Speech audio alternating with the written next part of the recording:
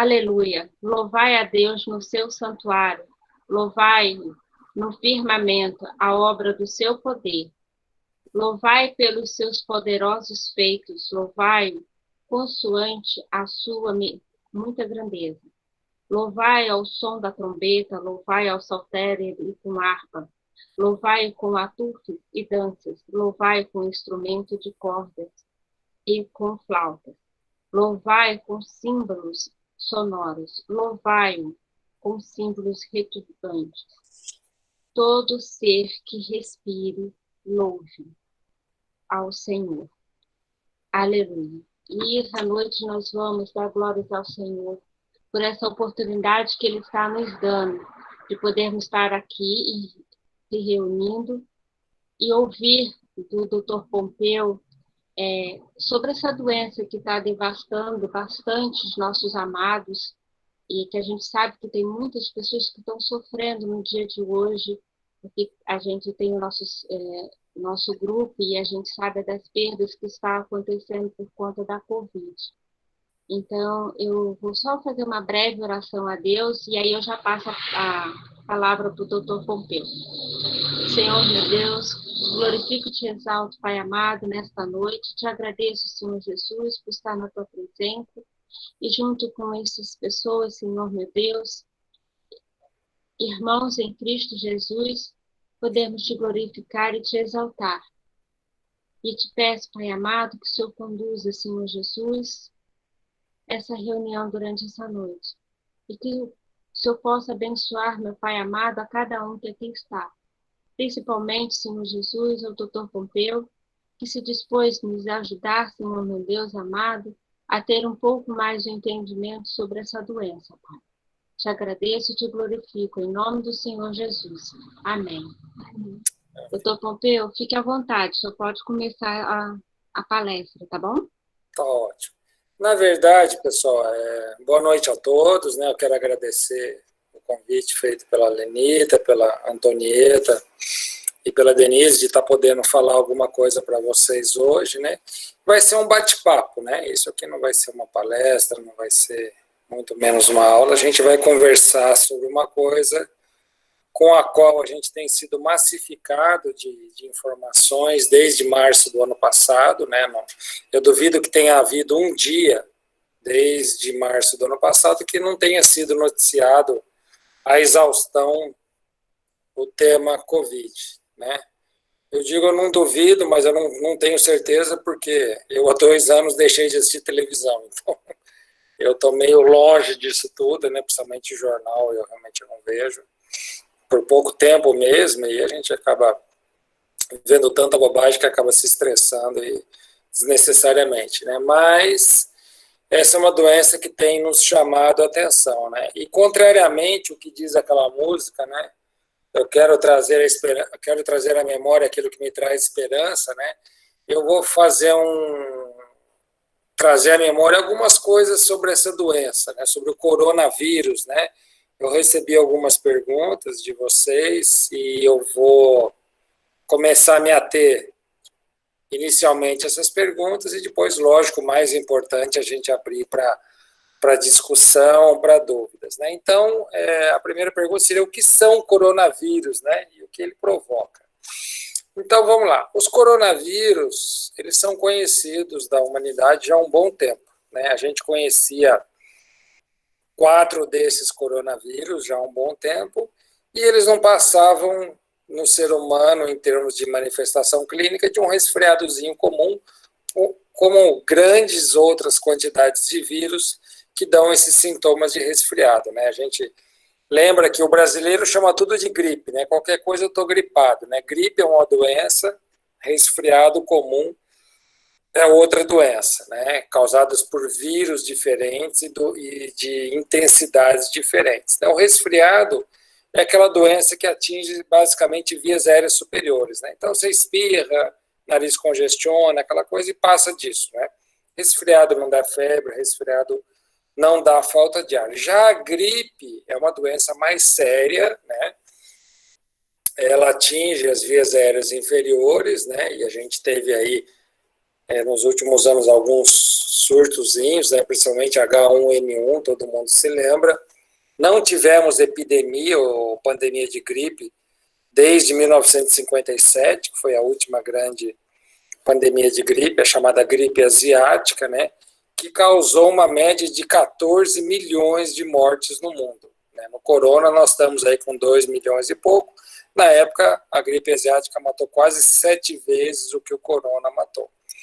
E a grande pandemia de gripe a gente teve em 1918, a chamada gripe espanhola, que matou entre 60 a 100 milhões de pessoas. Então, imagina um mundo que era bem menor naquela época, bem menos povoado, o impacto que teve aí entre 60 e 100 milhões de mortes. Foi uma devastação, né? Quase um terço da Europa faleceu por essa gripe. Bom, mas a gente já conhecia, então, esses coronavírus que causam aí uns resfriadinhos comuns. Até que em 2002, a gente teve um surto de um coronavírus diferente, que não se conhecia, né? Que ficou conhecido como SARS-CoV, né? SARS é uma sigla em inglês, né? Que chama-se uma síndrome respiratória aguda. Ele causava uma doença mais grave do que os outros coronavírus que já se conheciam. Mas aí ele aconteceu em 2002, deu uma sumida, né? Até que em 2012 ele surge no Oriente Médio, né, principalmente na Arábia Saudita, e é denominado MERS, né, que é uma sigla inglesa que diz Síndrome Aguda do Oriente Médio, né? E foi um outro coronavírus também diferente, bem mais agressivo também, mas que foi autolimitado, né? Ele basicamente se limitou ao Oriente Médio. E aí, em 2019, no final de 2019, a gente tem o reaparecimento de um novo coronavírus, né? Então, a gente já conhecia 4, depois tivemos mais 2 em 2002 e 2012, e aí em 2019 aparece o 7º coronavírus, né? Que era o SARS-CoV-2, ele era parecido com aquele SARS-CoV lá de 2002, mas com algumas características diferentes. E rapidamente a gente aprendeu que tinha algumas características totalmente diferentes dos outros coronavírus, inclusive esses mais graves, que foram o SARS-CoV, né, e o MERS. E o que diferenciava ele desses outros vírus, né? Ele não tinha só uma abrangência respiratória, porque essas outras doenças, elas atingem basicamente. A porta de entrada é o nariz, né? E dependendo da intensidade, já nas síndromes gripais, ele acaba atingindo o pulmão. Mas o que a gente aprendeu com esse vírus é que ele começou a apresentar várias manifestações extrapulmonares. E isso diferenciou esse coronavírus de qualquer outro que a gente conhecia. Nós começamos a ter manifestações renais, manifestações cardiológicas, manifestações musculares, manifestações neurológicas, e tudo isso foi uma surpresa. E a gente teve que rapidamente aprender quem era esse vírus, né? E uma coisa é você aprender antes da pandemia, né, um conhecimento teórico e depois aplicar. Outra coisa é ir aprendendo no meio de tudo que está acontecendo, né? E o que a gente percebeu é que esse vírus, por se disseminar muito rápido, né? Aquilo que a gente achava que no começo era um problema da China, depois ele foi chegando mais perto, mas eu não conhecia ninguém que tinha. De repente, esse círculo foi se fechando e hoje dificilmente você não tem algum conhecido, amigo ou parente que já não teve. Né? A chance de você não ter ninguém no teu círculo de amizade ou familiar que tenha tido está se tornando cada vez menos frequente. Né? Então, esses coronavírus que já eram nossos conhecidos, eles mudaram o seu comportamento, eles se tornaram bem mais agressivos, né, e se disseminaram numa velocidade extremamente maior. Há muita controvérsia se isso é um vírus 100% natural ou não, né? Um grande virologista, talvez um dos maiores virologistas do mundo, um francês chamado Luc Montagnier, que foi quem isolou e descobriu o vírus da HIV, e por isso ele ganhou o Nobel de Medicina na década de 80, né? Ele jura de pé junto que esse não é um vírus natural, é um vírus de laboratório. Óbvio que ninguém esperava, né, e ninguém acredita que isso tenha sido espalhado entre nós de uma forma intencional, mas provavelmente deve ter havido um acidente e isso acabou se espalhando, né? Lembrando que esses vírus são naturais do morcego, né? O morcego é o hospedeiro natural desses vírus, né? E tem um hospedeiro intermediário do MERS, né, que é o dromedário, mas os outros todos, ele partiu do morcego para o ser humano, né? Assim como o vírus da AIDS, né? Os retrovírus, eles eram habitantes dos macacos, né? E só lembrando aqui, a gente está entre irmãos, né? O que a Bíblia condena, que chama-se bestialidade, né? Então, olha o poder que o pecado tem, né? 2 grandes pecados aconteceram pro vírus do HIV se disseminar. Um foi bestialidade, né? Relação sexual entre homem e macacos, né? E o outro foi a poligamia. Então, as tribos que tinham relação com o macaco eram polígamas, e isso se espalhou de uma forma rápida e disseminada, né? E depois o chamado paciente zero, não sei se vocês sabem disso, né? Mas isso já foi, na época, conseguiu-se chegar a essa conclusão. O primeiro paciente que trouxe o vírus do HIV dessa região da África para o mundo ocidental foi um comissário de bordo que era homossexual, e em cada parada que ele fazia, né, cada escala, ele tinha relação com 2, 3 pessoas, né? Isso se espalhou de uma forma que, para quem viveu a década de 80, e eu vivi bem isso porque foi meu primeiro ano de residente, e a AIDS explodiu, e quem fazia diagnóstico era pneumologista, porque as manifestações iniciais eram pulmonares, né? Então a gente vê o que isso pode levar à desobediência das leis de Deus, né? Bom, então esse é o panorama do coronavírus. É um vírus novo, que a gente já não conhecia, né? E o que o vírus faz? O vírus é um bichinho bem estranho, né? Ele não tem vida própria, ele não tem material genético próprio, e para se procriar, ele precisa entrar numa célula, roubar o material genético daquela célula, se procriar, e aí, muito ingrato, né?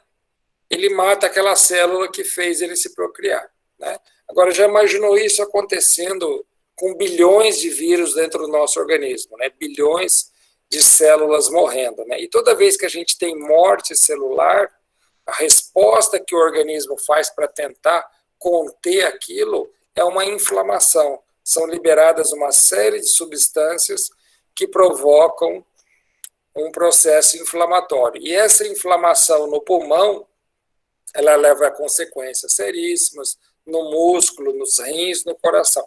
E aí a gente vai daqui um pouco falar sobre o quadro clínico dessa doença, né? Mas prosseguindo um pouquinho nas perguntas que já haviam sido enviadas, né? A segunda pergunta é: por que as pessoas com comorbidades, né? O que significa comorbidade, né? Eu tenho uma doença que ela tem uma certa morbidade ou mortalidade. Morbidade, o que é? Algo que me prejudique de tal forma que eu tenha maior risco de morrer. E comorbidade é algo que está junto com esse risco, é um fator adicional, né? Então, quais seriam fatores adicionais para essa doença do coronavírus se tornar mais grave e mais letal, né?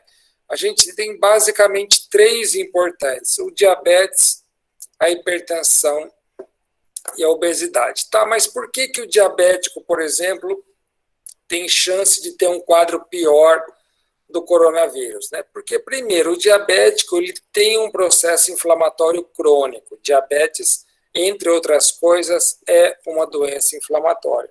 Segundo, como ele tem uma maior concentração de açúcar na corrente sanguínea, no trato respiratório e na saliva, essa concentração maior de açúcar ela facilita a proliferação de vírus e bactérias, né? Então, por isso que o diabético ele tem uma maior chance de ter uma complicação dessa doença. E o obeso? O obeso também. O obeso ele é um inflamado crônico. A doença obesidade causa no organismo uma inflamação crônica. Por isso que ele tem mais chance de ter trombose nas pernas, outras doenças articulares. Por quê? Por conta dessa inflamação crônica. E muitas vezes também o sistema imunológico do obeso ele é deprimido, por conta também dessa inflamação crônica. Mas o terceiro grupo, que é o hipertenso, também é considerado de risco para essa doença. Por quê? Porque no que causa a hipertensão, que é uma doença multifatorial, uma das principais coisas, né, é um imbalanço, né, uma desregulação de um sistema chamado renina, angiotensina, aldosterona. Essas três substâncias que regulam a formação de urina, eliminação de líquido, uma série de coisas, elas ficam desreguladas no hipertenso e, por incrível que pareça, né, esse vírus SARS-CoV-2, para ele entrar na célula, ele precisa de uma chave, né, e a célula precisa ter uma fechadura. Ele tem a chave, que é aquela chamada proteína S, que vocês já devem ter escutado falar. E a fechadura está numa célula chamada célula da enzima conversora da angiotensina, que essa célula está no epitélio respiratório, né? E o hipertenso, como tem uma desregulação do sistema renina, angiotensina, aldosterona, ele tem uma facilidade maior de fazer com que essa chave do vírus se encaixe na fechadura da célula.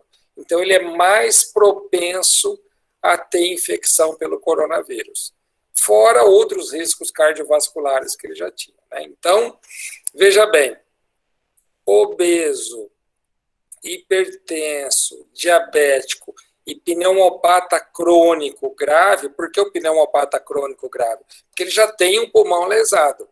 Então, você ter uma doença num órgão que já era doente é muito diferente, né? Vamos pegar, por exemplo, você cair e fraturar um braço. Uma coisa é uma criança que tem um osso forte fraturar, outra coisa é um idoso com osteoporose cair e fraturar. Então, você vai ter uma fratura num órgão já lesado. Essa fratura vai demorar mais tempo para soldar do que numa criança que não tinha um osso com lesão, né? Então, você ter uma doença num pulmão já doente, é óbvio que a gente espera que isso vá complicar um pouquinho mais, né? Bom, uma outra coisa que a gente vai discutir, que vocês devem ter ouvido falar bastante, né? Deixa eu dizer uma coisa para vocês. Há uns tempos atrás, eu conversando com um amigo meu, oftalmologista, que me ligou, me dizendo que o filho dele, que estuda em São Paulo, estava com Covid, e ele tinha ido a 3 vezes na emergência, ele estava com 3 receitas totalmente diferentes. Então, esse meu amigo queria saber o que ele faria, né? Isso me lembrou daquela história daqueles filmes de faroeste antigo, né? Que o cara ia para o duelo, ele tinha bebido e falou assim, eu estou vendo 3, o que eu faço? O cara falou assim, atira no do meio, porque um deles deve ser o verdadeiro, né? Então ele queria saber de 3 receitas para qual ele ia atirar. E para tentar fazer ele entender, ele é oftalmologista, ele se chama Paulo, eu falei, Paulinho, deixa eu te dizer uma coisa, vamos supor que tem uma pandemia de doença oftalmológica. E aí não tem oftalmologista suficiente no mundo para dar conta desses atendimentos. O dermatologista vai atender, o ortopedista vai atender, o psiquiatra, o anestesista vão atender, porque eles estão dando plantão, começo de vida de todo mundo é dar plantão para pagar as contas, né? Porque na residência, basicamente, a gente não ganha nada. Eu falei, o que você acha que vai acontecer desse pessoal todo medicando sobre olho, né? Ele falou, olha, vai ser uma bagunça generalizada. Eu falei, por quê? Porque eles não entendem nada de olho. Foi a resposta dele, né? É a mesma coisa que está acontecendo com essa doença agora, né? Infelizmente, e não tem como, né? Não tem número suficiente, né? Para vocês terem uma ideia, nós somos 3.000 pneumologistas no Brasil. Tá? O que são 3.000 pneumologistas para uma doença que já afetou milhões e milhões de pessoas? Não tem. Né? Então, pessoas que não estão acostumadas a lidar com pulmão, não conhecem a história natural das doenças pulmonares, como é que elas evoluem, né? Como é que se vê uma tomografia de pulmão, porque se alguém me mostrar uma tomografia de rim, para mim aquilo é um mapa da Lua. Eu não sei absolutamente nada de rim. Né? Mas, de repente, essas pessoas estão na linha de frente, tendo que trabalhar e conseguindo a informação da onde ela consegue, que nem sempre também é uma informação confiável. Né? Então, muita coisa tem sido veiculada, né? Inclusive em publicações científicas, né, de baixo impacto, em revistas que não são lá as que têm maior credibilidade, sobre uma quantidade de coisa. Então, se o médico fica perdido, eu fico imaginando o leigo, o que ele fica, né? Quer dizer, eu fico tentando imaginar assim, eu estou num voo, o avião entra em pane e o piloto está perdido. Já imaginou o passageiro, então? Não tem o que fazer. Se o piloto não sabe o que tem que fazer, o passageiro, coitado, só sobra oração para ele, né? Então, essa terceira pergunta que me veio aqui, vocês estão me escutando? Caiu a... Escutamos tudo, doutor Pedro. Caiu a minha conexão. Eu vou voltar aqui. Mas deu para ouvir até agora tudo. Tá ótimo. Pronto. Deixa. Agora eu tenho dúvida.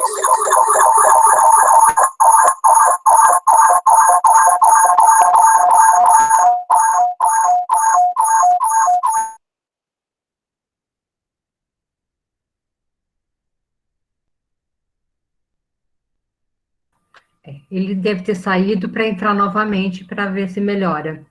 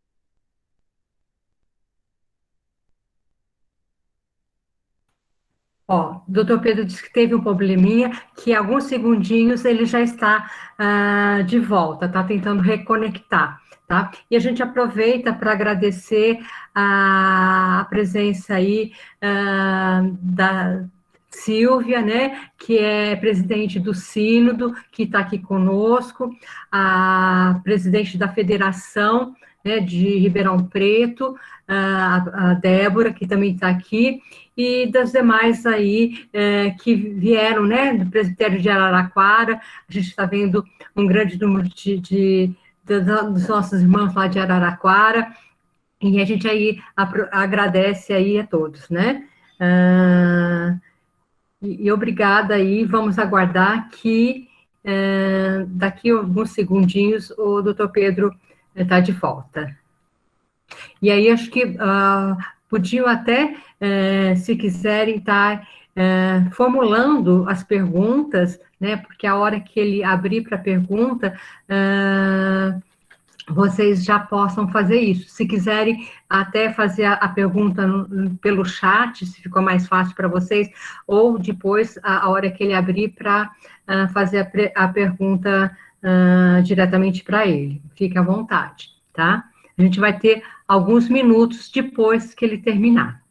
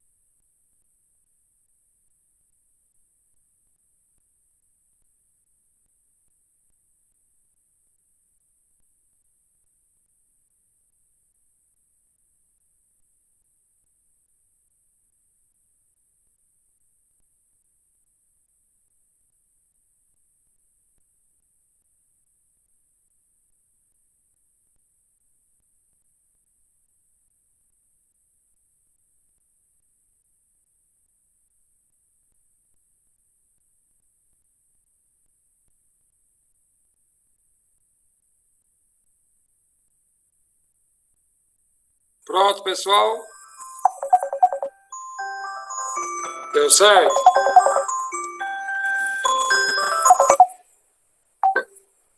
Estão me escutando?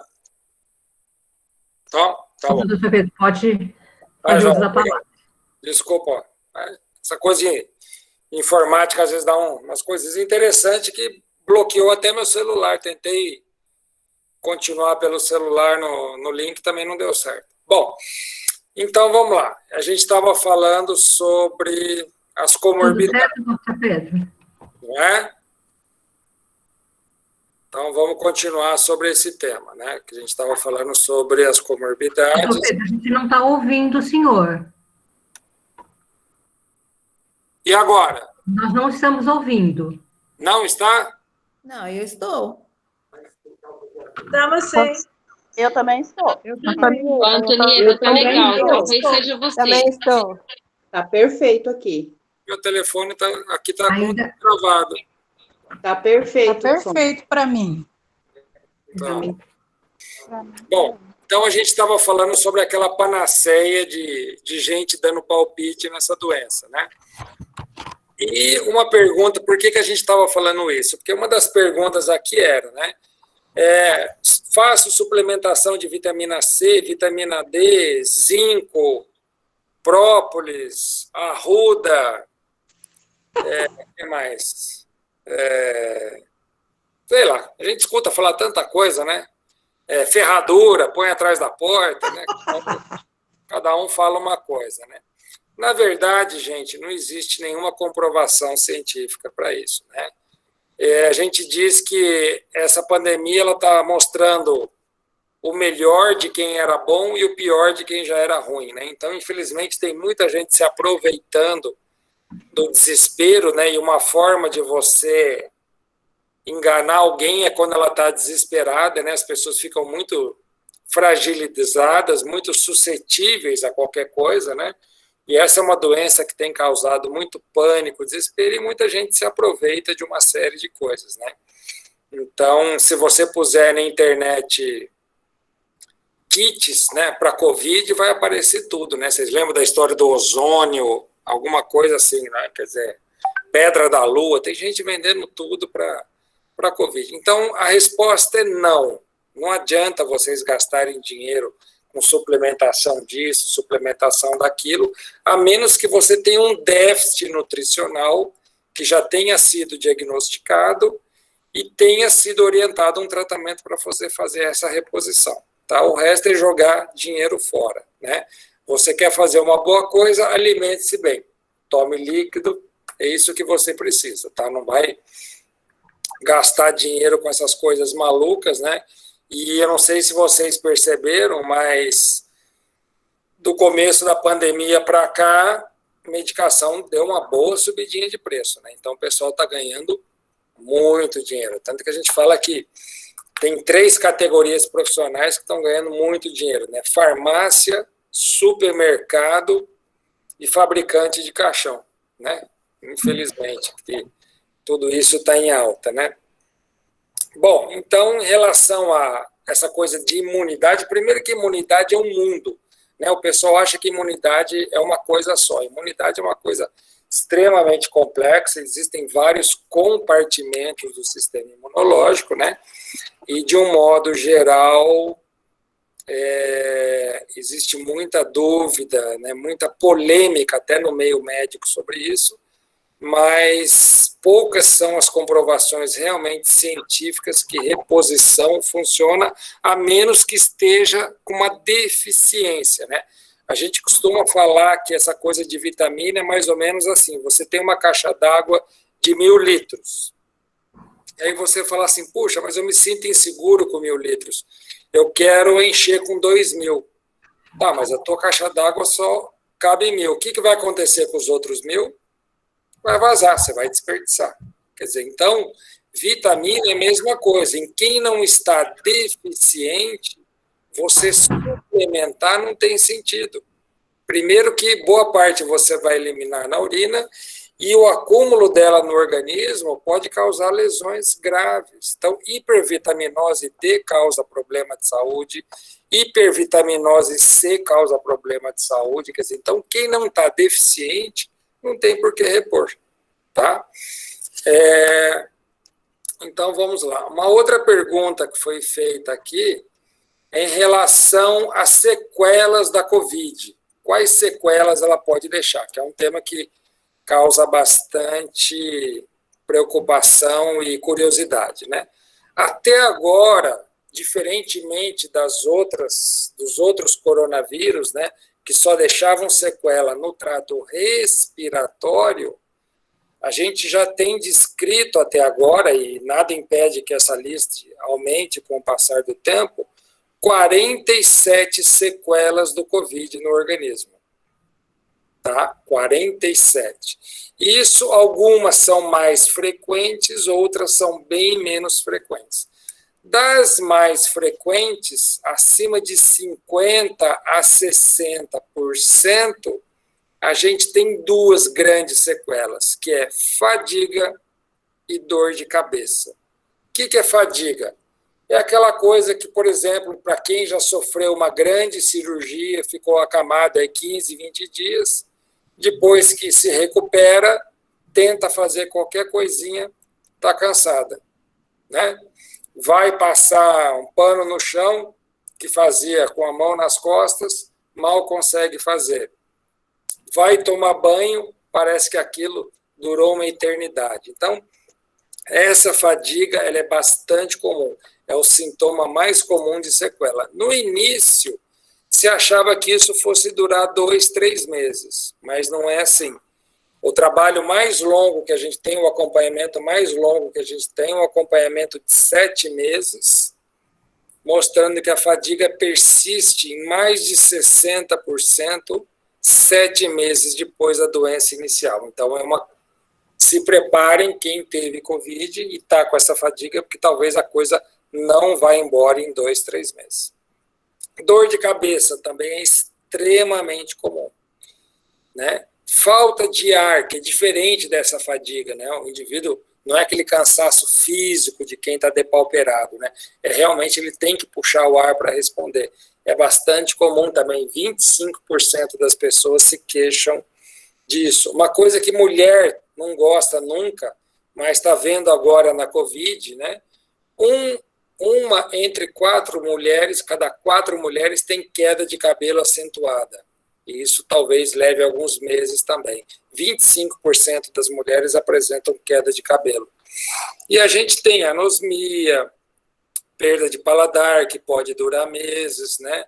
Problemas renais, como a gente já falou, problemas cardiológicos, ou seja, 47 tipos diferentes de sequelas já foram descritos até agora na Covid, né? E pode ser que apareça mais. Aí a pergunta era como tratar essas sequelas. Então, pois é, alguma delas tem tratamento, outras não tem. O que a gente faz com a miopatia, com essa fadiga que o Covid deixou? Não tem muito o que fazer. Você pode tentar fazer fisioterapia para tentar acelerar, mas não tem um tratamento específico, né? O que você faz para perda de olfato? Existem algumas técnicas que o pessoal da fono usa para você estimular alguns cheiros para tentar voltar mais rápido. Isso pode dar certo ou não, né? Então, vai depender da sequela e, lógico, da gravidade dessa sequela, né? Com as respiratórias, a gente tem muito pouca coisa para fazer, especificamente, a não ser também tentar reabilitação. Em casos mais crônicos, graves, talvez usar corticoide, mas ninguém sabe qual dose usar e por quanto tempo usar. Ou seja, a gente está aprendendo a lidar com essa doença, tá? Tudo é muito novo, inclusive, para o meio científico, né? A pergunta seguinte seria: sequelas de Covid podem persistir por longo prazo até em casos leves? Sim, pois é.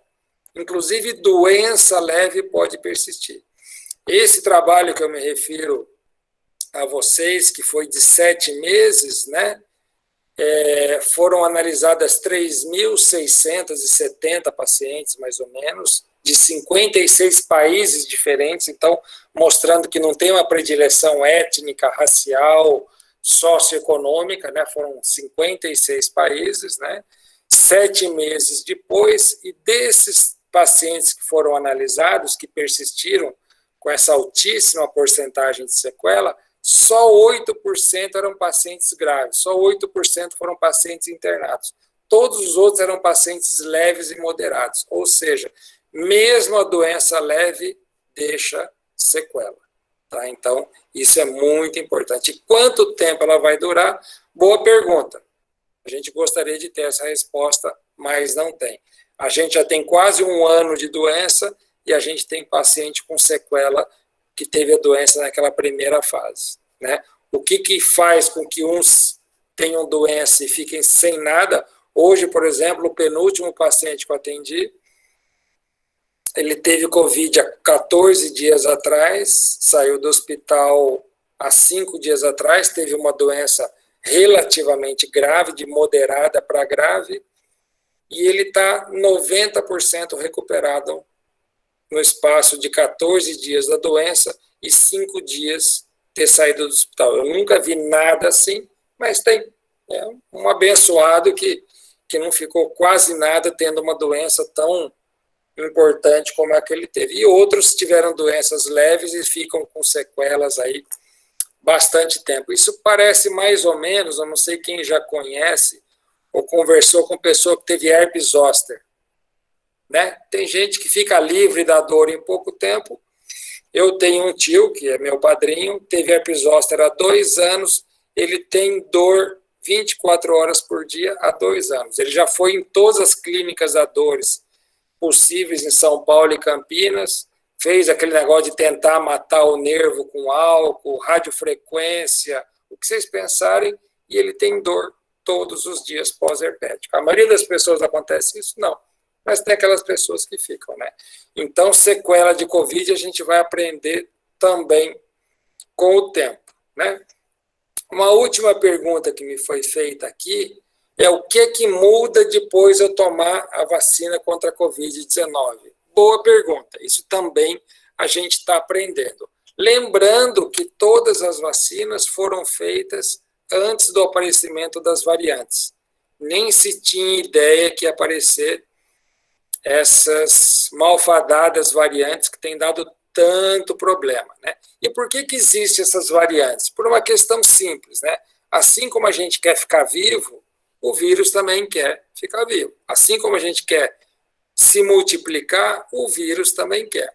Na medida que ele foi percebendo que já tinha pessoas doentes imunizadas e estavam tendo pessoas vacinadas imunizadas, ele falou assim, poxa, nessas casas aqui eu não consigo entrar. Então, o que eu vou fazer? Eu vou me disfarçar, eu vou fazer uma chave mais forte que vai arrombar outras fechaduras, porque aqui eu não estou conseguindo entrar. Então, começaram a aparecer essas variantes, né? E se a gente demorar, não conseguir imunizar um grande número de pessoas, no qual ele morra antes de começar a produzir variantes, a gente vai ver o aparecimento de outras variantes, né? E cada vez que ele faz uma variante, é como você fazer uma atualização do seu sistema operacional do seu computador. Ele fica cada vez melhor, cada vez mais rápido, cada vez mais esperto. Então, essas vacinas não contemplavam isso, né? Está começando a aparecer trabalho mostrando que, mesmo assim, elas têm um grau de proteção relativamente razoável contra essas variantes, né? O objetivo principal das vacinas não era impedir que você pegasse a doença. O objetivo principal da vacina é impedir que você morra da doença ou tenha um quadro muito grave. Nisso, elas são muito eficazes, tá? Nesse quesito, a gente tem pelo menos 95%, 96% de eficácia de todas as vacinas. O que a gente fica menos protegido é contra casos mais leves, né? De você pegar a doença. Aí sim, a eficácia delas varia aí entre 50% a 80%, 85%, né? Mas ter doença leve não é um grande problema, porque a gente não quer ser internado e ter um quadro grave. Então, para isso, as vacinas são eficazes, né? Vocês devem ter escutado várias coisas, né, em relação à vacina, né? Desde virar jacaré, como eu não assisto televisão, não vejo muito mídia, não sei de onde é que surgiu essa história toda, mas eu sei que circulou por aí, né? Até várias outras coisas, que a vacina vai mudar o meu código genético, vão implantar um chip dentro de mim com essa vacina, e uma série de coisas, né, que realmente não tem o menor significado, né? Pela primeira vez, a gente usou algumas vacinas com tecnologia diferente, né, que a da Astra e da Pfizer e da Moderna, elas usam tecnologias que nunca tinham sido usadas, que não eram novas, mas nunca tinham sido usadas, né? Isso por quê? Porque se exigiu que algo fosse feito numa frequência, né, numa velocidade mais rápida. Lembrando que a vacina mais rápida que tinha sido produzida até hoje levou 4 anos. A vacina da coqueluche levou 26 anos para ficar pronta. A vacina da AIDS nós não temos até hoje.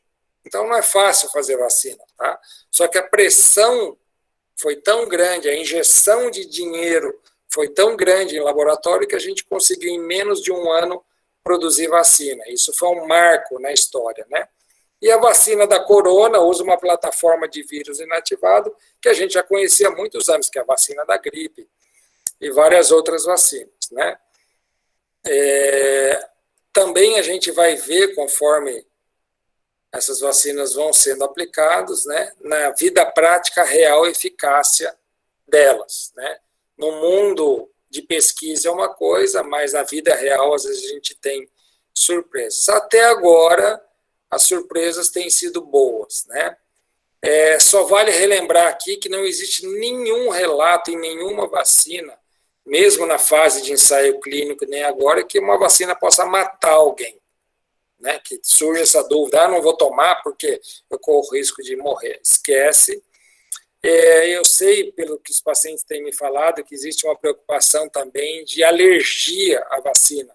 Eu tenho alergia, posso tomar vacina? Pode. A vacina da Pfizer, especificamente, provocou algumas reações sérias em quem já tinha tido choque anafilático. Não é qualquer alergia. Choque anafilático é aquilo que você teve que ir para emergência, teve que injetar adrenalina, talvez você tenha sido entubado, uma série de coisas. Isso é choque anafilático. Para a vacina da Pfizer, que nós não temos no Brasil. Então, das vacinas que nós temos aqui à nossa disposição, nenhuma tem qualquer problema com qualquer tipo de alergia que você possa ter tido. Inclusive choque anafilático. As duas que a gente está tendo aqui, ninguém teve reação alérgica a esse tipo. Tá? Então, pelo roteiro que eu tinha aqui, também até pelo adiantado da hora, né, eu vou encerrar aquilo que mais ou menos eu me propus a falar para vocês e vamos agora abrir para as perguntas e dúvidas. Isso. Eu acho que a gente já tinha pedido para as pessoas estarem fazendo aí, escrevendo as dúvidas, né? E eu acho que essa palestra, né, no dia de hoje, foi, assim, de fundamental importância, né, para a gente, é um alerta, né? Eu acabei de ver aqui, antes de começar, que a gente teve mais de 2.000 mortes hoje no Brasil, né? Então, para mostrar mesmo a magnitude dessa doença, né? E acho que o doutor Pedro traz algumas informações muito importantes para que a gente possa se cuidar, né? E aí a gente abre aí para as perguntas, se vocês quiserem fazer no chat, ou abrir o microfone para fazer a pergunta. Tonieta, Pode, Débora. Posso fazer uma pergunta? Pode sim. Eu gostaria da opinião do doutor. A gente ouve muito, né, televisão, a gente tem até que parar de ouvir um pouco a televisão, né? Mas teve um médico lá do HC, inclusive, que ele falou que todo mundo vai pegar Covid. Pode ser leve, pode ser uma mais grave, mas que todo mundo vai pegar Covid, que é para a gente, o importante é a gente estar com o corpo com imunidade, como o senhor falou sobre as vitaminas, para a gente estar tomando as vitaminas, e o senhor falou também do excesso de vitaminas, às vezes o corpo, que nem eu tive um problema de saúde, e meu médico falou que eu estava em déficit de quase todas as vitaminas do corpo, então eu estou tomando cerca de umas 6 vitaminas, fora o remédio de diabetes que eu tomo, né? E eu quero parar de tomar essas vitaminas, já vai fazer 8 meses que eu estou tomando.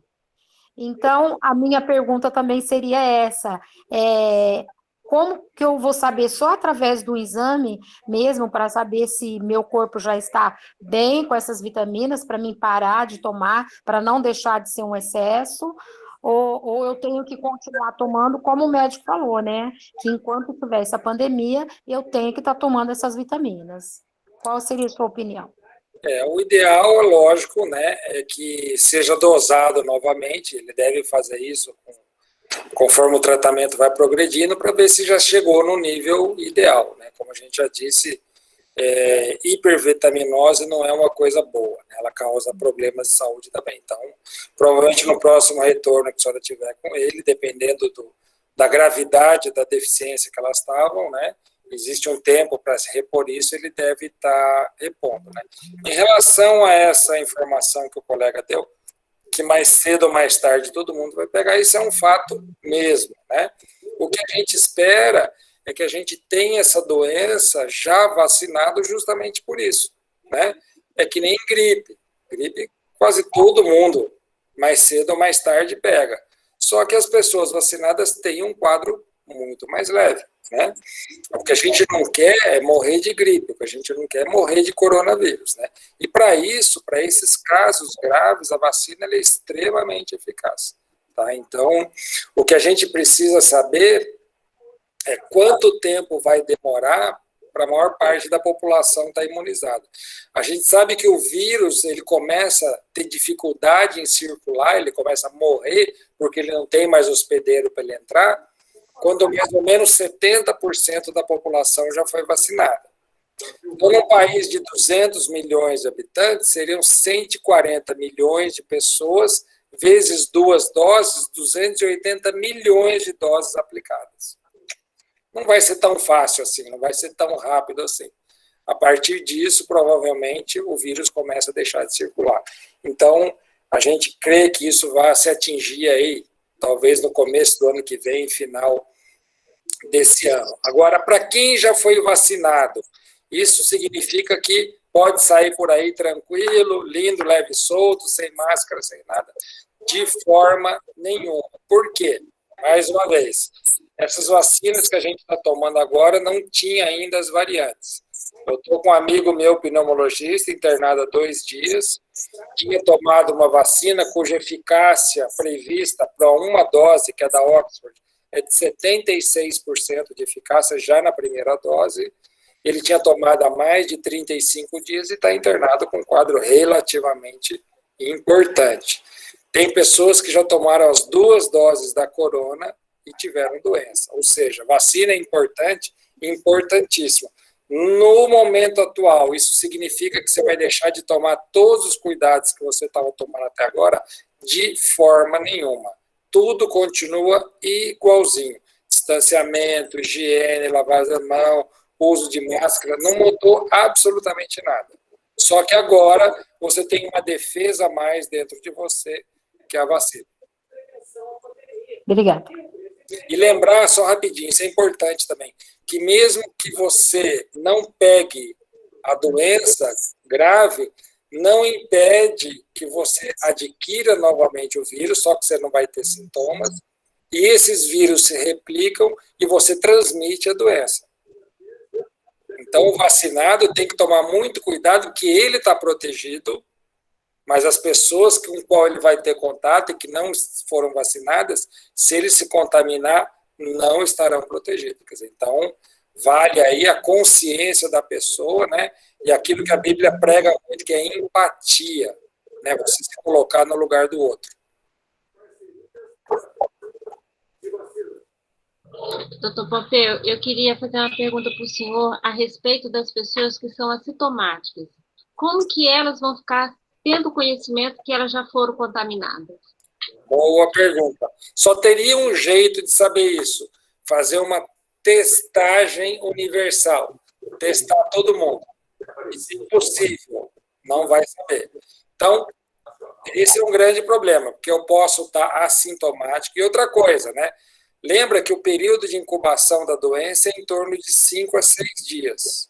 Então, eu posso estar contaminado há 5 a 6 dias, sem nenhum sintoma, quer dizer, não que eu vá passar a doença de uma forma assintomática, eu posso começar a ter dali dias e estar contaminando. Não tem como saber. Por isso que, mesmo perto de quem você não tem a certeza absoluta, como é o dia a dia daquela pessoa, você tem que estar de máscara e ela também, tá? Por quê? O assintomático transmite como qualquer outro, tá?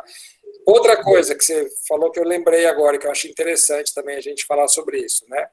Quem teve a doença de uma forma branda ou assintomática, ficou sabendo porque todo mundo na família fez sorologia, ele foi lá também fez e ficou sabendo que teve. Eu já atendi várias pessoas assim, né? Quanto mais brando, quanto mais leve foi a sua doença, menos protegida você está. Não é porque... Eu já escutei gente falar assim, tá, eu já tomei vacina de graça, eu já tive, não senti nada e meu problema está resolvido. Não, não. A coisa não funciona dessa forma. Por quê?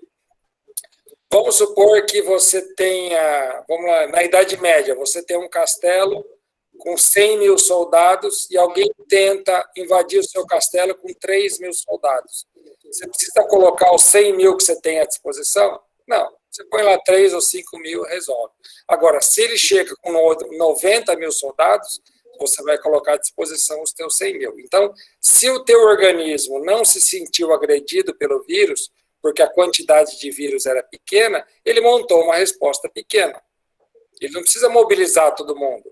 Se você foi invadido de uma forma importante, ele montou uma resposta imunológica importante. Então, quanto mais séria foi a tua doença, teoricamente, maior o seu grau de imunidade. Você mobilizou o teu sistema imunológico. Então, muito cuidado quem teve doença leve e achar que está tudo bem, porque não está, não.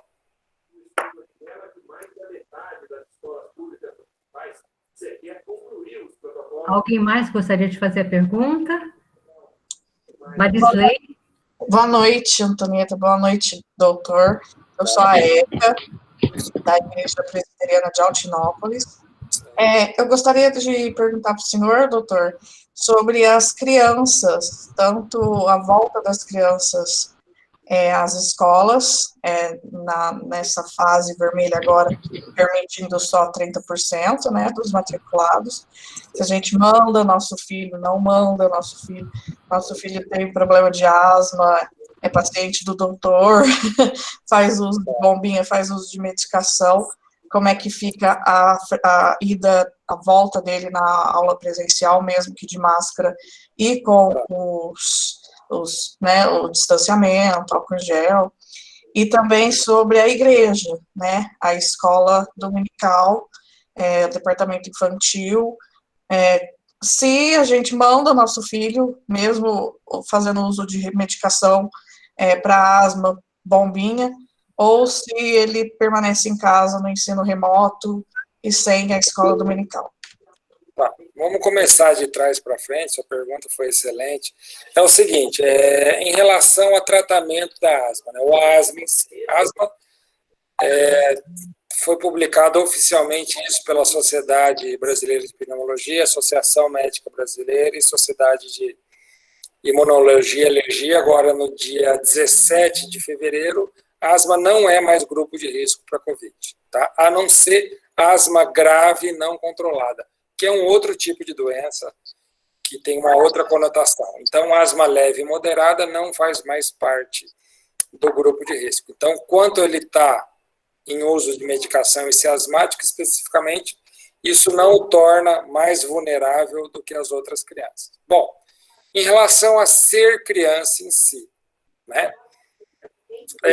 A transmissão em criança ela é um pouco menor do que adulto, e o quadro clínico em criança tende a ser muito mais leve. Tá? Criança, de um modo geral, não é um grande problema. A Suécia publicou há 1 mês e meio atrás a experiência dela. Desde o começo da pandemia, ela não fechou escolas até 17 anos.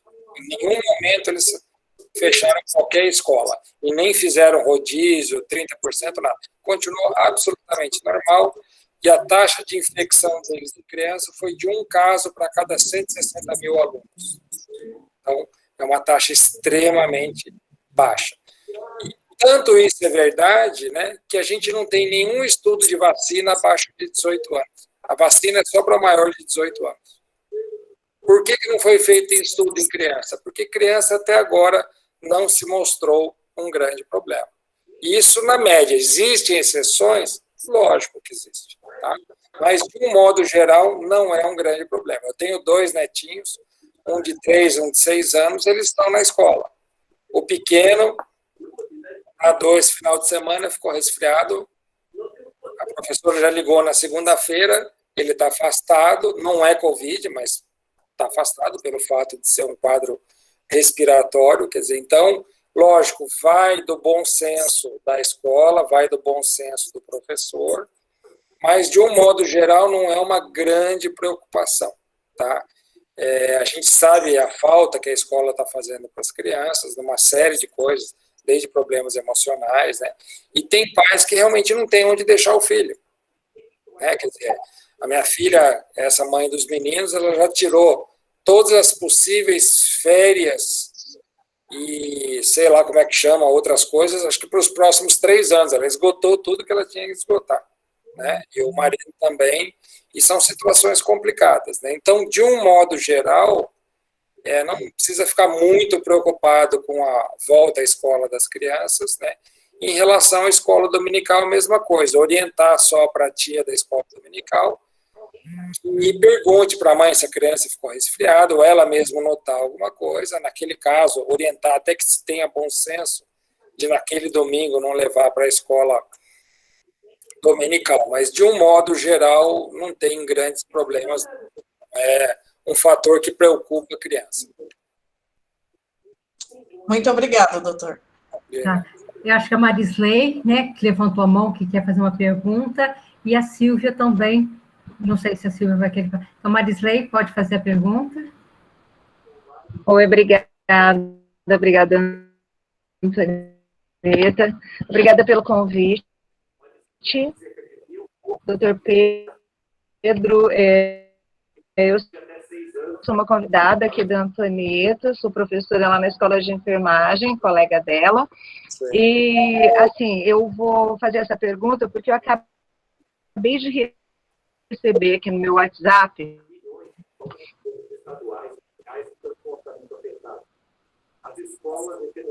um artigo sobre a eficácia da ivermectina na prevenção da Covid. Mais uma vez. Então, vamos lá. No meio científico... eu queria saber se o senhor tem conhecimento disso. Eu acabei de receber a Antonieta aqui no WhatsApp. Falei, eu vou perguntar para ele, porque eu não conheço, eu não li nada disso, e também não sei se... não sei direito do artigo, não ia para falar. Então, vamos lá. Essa polêmica já dura alguns meses, né? É o seguinte, né? Hoje todo mundo está querendo ter seus 15 minutos de fama, né? Então, tem um monte de gente publicando em revistas de baixo impacto, estudos metodologicamente ruins, alguns péssimos, com número de amostragem extremamente pequeno, cheio de viés metodológico e tirando conclusões estapafúrdias, tá? O que a gente tem de estudo bem conduzido hoje, e essa pá de cal foi lançada há mais ou menos uma semana, né? Realmente a ivermectina hoje não tem nenhuma indicação e nada mostrando que ela tenha qualquer eficácia. Lembrando que a ivermectina tem efeitos colaterais importantes. O INCOR de São Paulo está com uma moça de 30 anos que vinha fazendo profilaxia de ivermectina há 6 meses na fila de transplante de fígado. Então, ela não pegou o Covid, porque não pegou mesmo, mas está na fila de transplante de fígado, uma hepatopatia grave pela ivermectina que pode dar.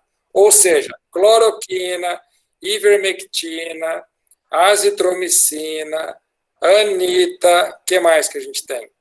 Pode dar o que você quiser. Nenhuma dessas drogas é recomendada por nenhuma sociedade nacional, internacional, nem de infectologia e nem de pneumologia. Se vocês entrarem no site da Sociedade Brasileira de Pneumologia, da Sociedade Brasileira de Infectologia, ou de qualquer sociedade de qualquer país, você não vai encontrar nenhuma recomendação para essas drogas. Mesmo porque, agora eu não vou falar de trabalho, eu vou falar de experiência própria. Eu já atendi algumas centenas de pacientes com Covid que tinham tomado tudo isso que vocês pensam e mais alguma coisa. Quem complicou, complicou mesmo, tomando ou não tomando. Quem não tomou nada e não ia complicar, não complicou mesmo. Quer dizer, então, não tem sentido nenhum essa panaceia que o pessoal está fazendo. Agora, por que é feito? Muitas vezes, o gerente financeiro do convênio achou que tem que ter um kit e ele, entre aspas, ele obriga os plantonistas a prescreverem aquilo porque ele acha que aquilo vai reduzir internação e vai reduzir custo para o plano de saúde. Tá? Nenhum desses chamados protocolos tem qualquer respaldo científico. Então, você vai no hospital X, tem um protocolo, você vai no hospital Y, tem um protocolo, no Z tem um protocolo, nada disso tem fundamentação científica. Né? Na verdade, nunca na história da medicina foi exercida tanta achologia como agora. Cada um acha uma coisa e prescreve aquilo. Quer dizer, isso é extremamente complicado, vai deixar consequência em muita gente. Inclusive, vocês podem ter certeza que dentro daqui 2, 3 anos, a gente vai ter superbactérias rodando por aí pelo uso indiscriminado, abusivo né, para não dizer vários outros adjetivos, do que tem sido feito de antibiótico. É um negócio totalmente estapafúrdio, né? Vírus não responde a antibiótico. Você só usa antibiótico na COVID quando você tem ou uma confirmação ou um alto grau de suspeição de uma co-infecção bacteriana. Aí sim, não existe vírus que se trata com antibiótico. Vírus, doença aguda viral se trata com vacina e doença crônica viral se trata com remédio. Tá? Antibiótico, esquece. Ninguém trata AIDS com antibiótico, se trata com antiviral. Ninguém trata hepatite crônica com antibiótico, se trata com antiviral. E doença viral aguda se trata vacinando. Muito obrigada. Bom, eu acho que foi uma noite muito esclarecedora, né? Não sei se tem mais alguém. A gente tem mais uma última pergunta, se alguém quiser fazer.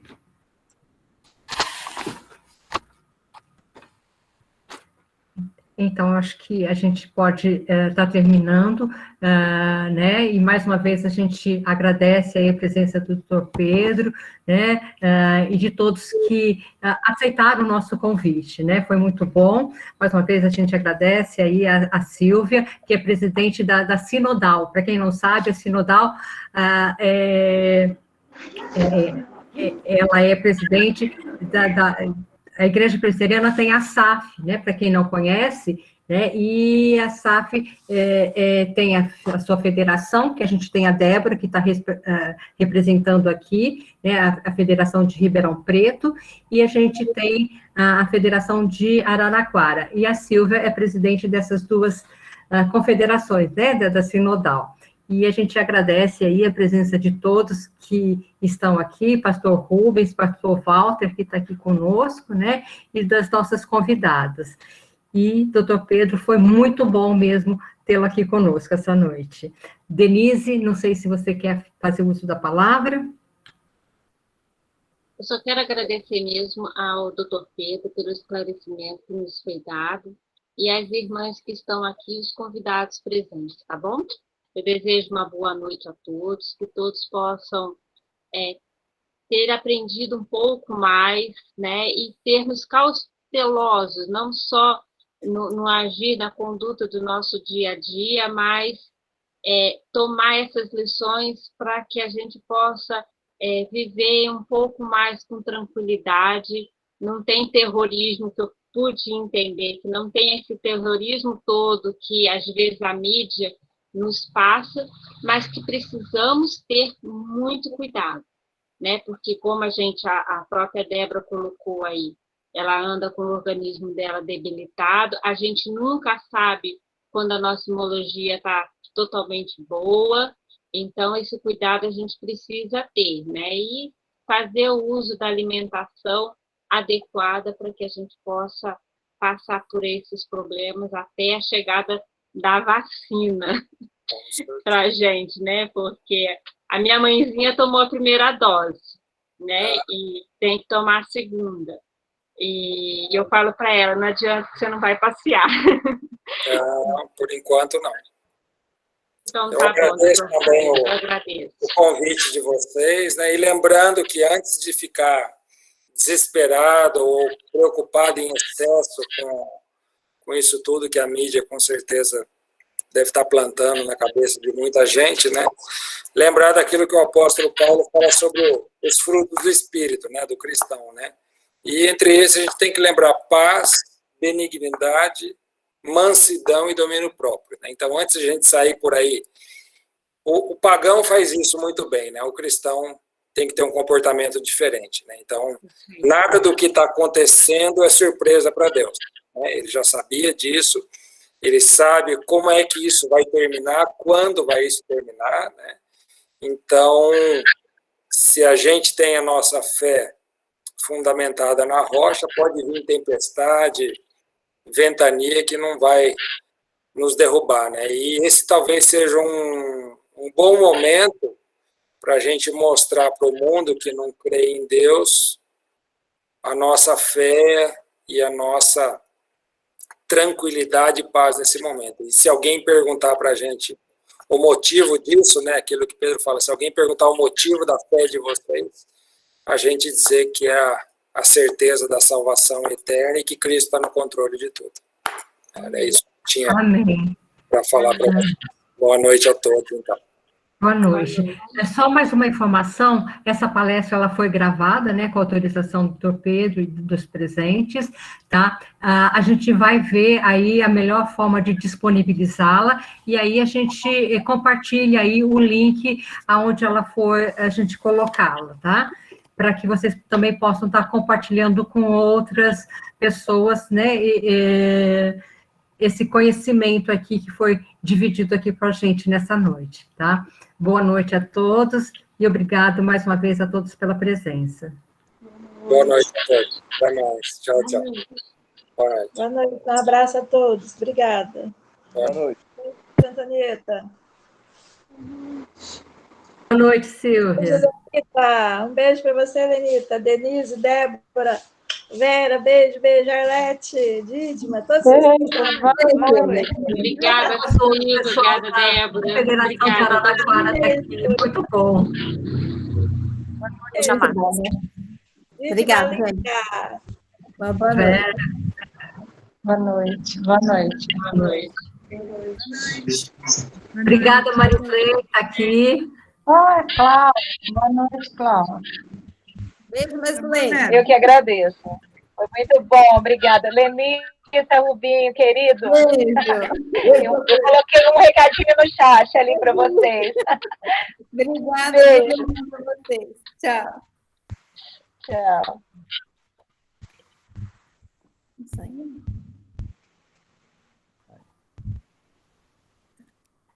Espera um pouquinho, Lenita. Lenita, ela saiu. Denise, espera um pouquinho. Claudete, espera um pouquinho. Vou